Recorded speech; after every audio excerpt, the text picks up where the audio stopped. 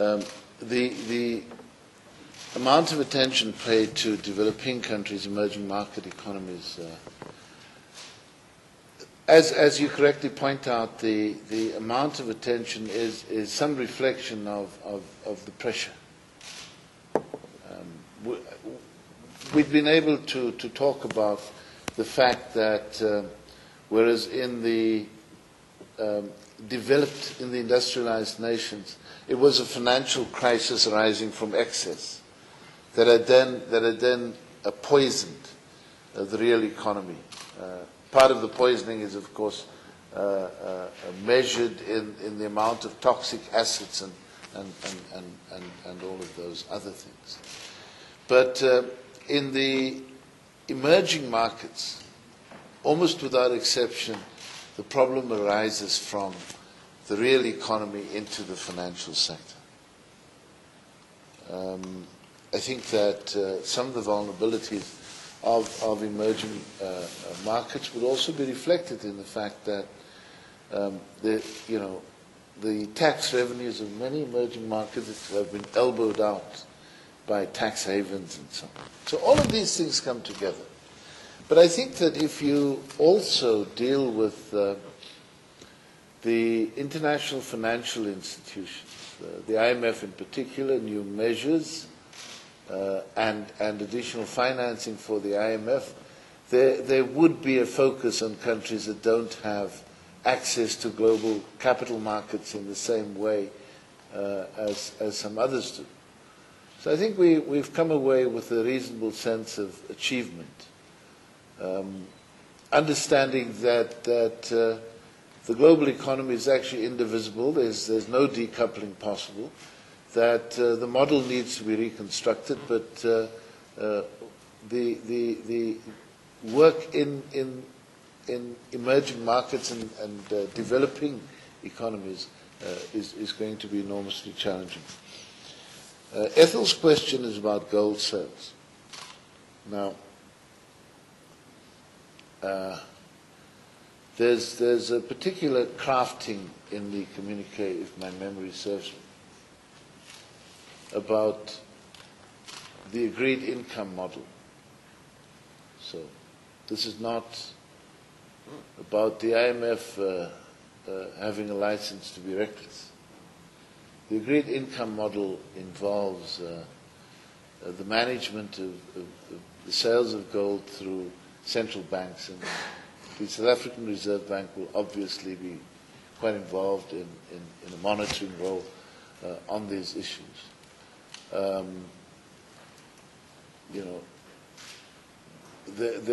was from some of the non-producers a lot more enthusiasm for sales, but I think we've got a crafting that will allow for better management of the process. Very careful watching to ensure that we don't then diminish the export revenues of some of those poorest countries. Mr. Cobbett, we'll have to come to your Afrikaans in a while. We don't want the rest of them to hear what we say. So, Paula, in looking at what has happened in the rich world, in the United States, one measure would be job losses. Another measure would be people who may not have lost their jobs but are on what we'd call short time. If you look at what's happened to the banks and their balance sheets and the fact that there's no lending taking place, if you look at the size of the deficit, about 11% in the United States, 10.5% in the UK. You can look at countries in the north that previously had been very strong. Ireland would be a case in point. They've been almost completely decimated. From a position just 18 months ago where Ireland was still importing labour, where they were running a huge fiscal surplus, where you know, the economy was growing incredibly strongly. Suddenly, all of those signs are negative. Suddenly, unemployment in Ireland looks like it'll reach over 10% this year. If they manage to contain costs, they'll keep the deficit at about 9.75%. But all of the indicators have suddenly turned negative. Now, against that backdrop, South Africa still has positive growth. We don't know exactly what the fourth quarter numbers, what the first quarter numbers will look like. We know that the fourth quarter of 2008 was negative, but you know, the forecast, even the amended IMF forecast for 2009 is still positive. It's a bit lower than what we tabled in the February budget, but it still is positive.